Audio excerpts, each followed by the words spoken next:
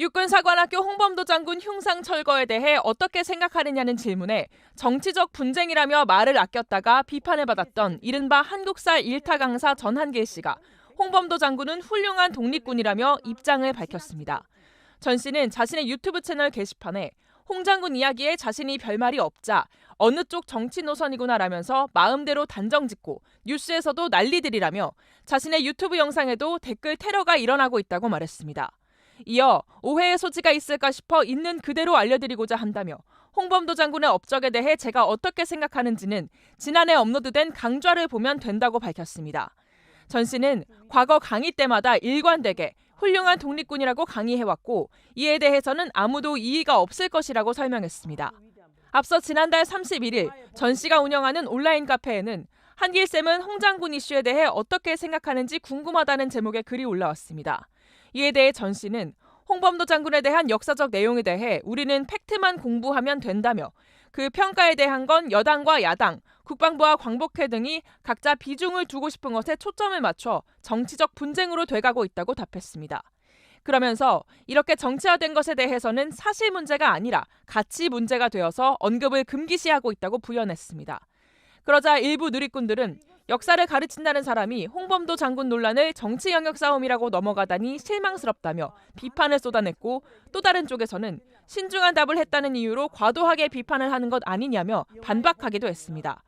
전 씨는 국민들도 지지와 반대로 나뉘어진 상태에서 뭐라고 한마디 하면 논란될 것이 뻔해 참고 있었을 뿐이라며 역사적 팩트에 관해 누구나 다 아는 사실이고 어떻게 해야 할지에 대해서도 뻔히 보이는 이야기라고 밝혔습니다.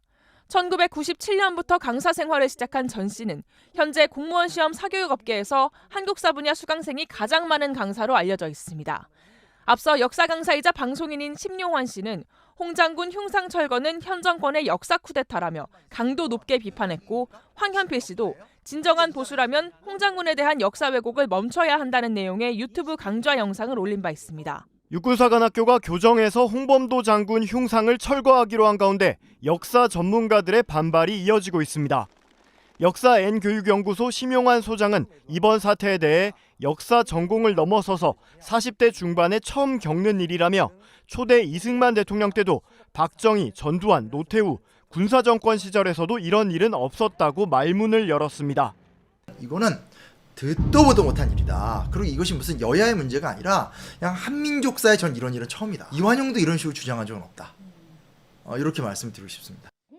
심 소장은 홍범도 장군의 낙인을 찍는 식이라면 안중근 의사도 자유로울 수 없다며 연해주를 기반으로 활동했던 안 의사는 러시아 법정이나 국제재판소에서 우리 억울함을 토로하겠다는 의도였다고 말했습니다.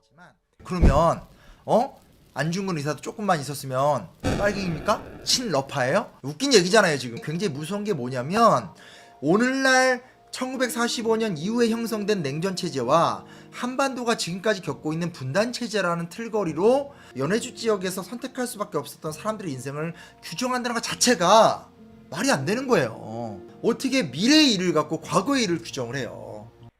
심 소장은 특히 최근 한 정부 관계자가 정훈 교육 측면에서 윤석열 정부의 국가관과 역사관, 안보관을 더 분명히 하라는 취지라고 언급했다며 그냥 넘어갈 수 없는 대목이라고 말했습니다.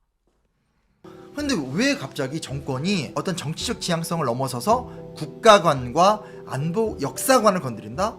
전 이거는 박근혜 정권기 때 국사 교과서보다 더 노골적이고 더 심각한 역사 쿠데타가 아닐까, 그런 위험성이 있지 않을까라는 두려움을 갖고 있습니다.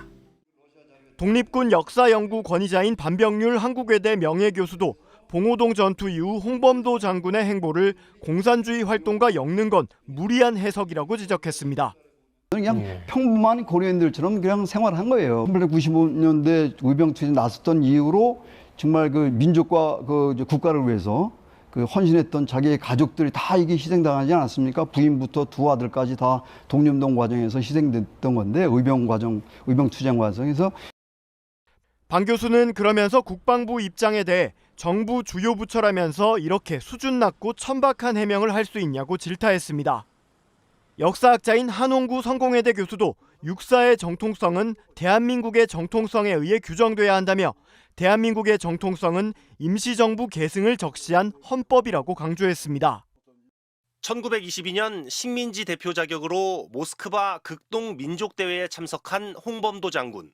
정부는 홍범도 장군이 이때 소련 지도자 레닌에게 권총 선물을 받고 이후엔 소련 공산당에 가입한 사실을 문제 삼고 있습니다.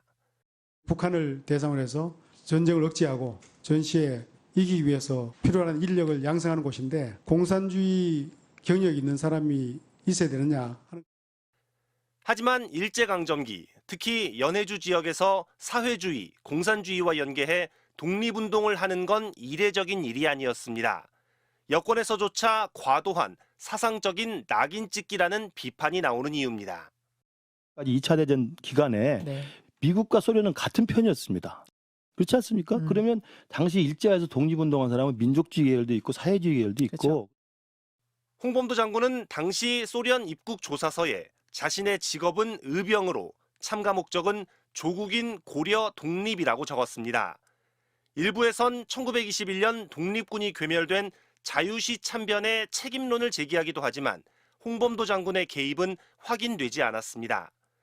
옛 소련 카자흐스탄으로 강제 이주당한 뒤 극장 경비원으로 일하던 그가 숨진 건 광복을 2년 앞둔 1943년 북한 정권이 세워지기도 전이었습니다. 북쪽의 정권 수립에 관여했다거나 6.25 전쟁에 참전한 것도 아닌데 독립운동의 좌우가 따로 있습니까? 박정희 전 대통령은 홍범도 장군에게 건국훈장 대통령장을 추서했고 노태우 전 대통령은 카자흐스탄에 묻힌 홍 장군의 유해 봉환을 시도했습니다. 해군 잠수함에 홍범도함 이름을 붙인 건 박근혜 전 대통령이었고 문재인 전 대통령은 순국 78년 만에 홍범도 장군을 모시고 추가로 대한민국장을 건넸습니다. 보수와 진보, 우파와 좌파를 넘어 그의 이력이 문제가 된 적은 없었습니다. 군은 유해봉환 당시 전투기를 보내 호위하고 최고의 예우를 다하겠다고 했습니다. 그리고 2년 만에 그 예우를 뒤집고 있습니다. MBC 뉴스 엄지인입니다.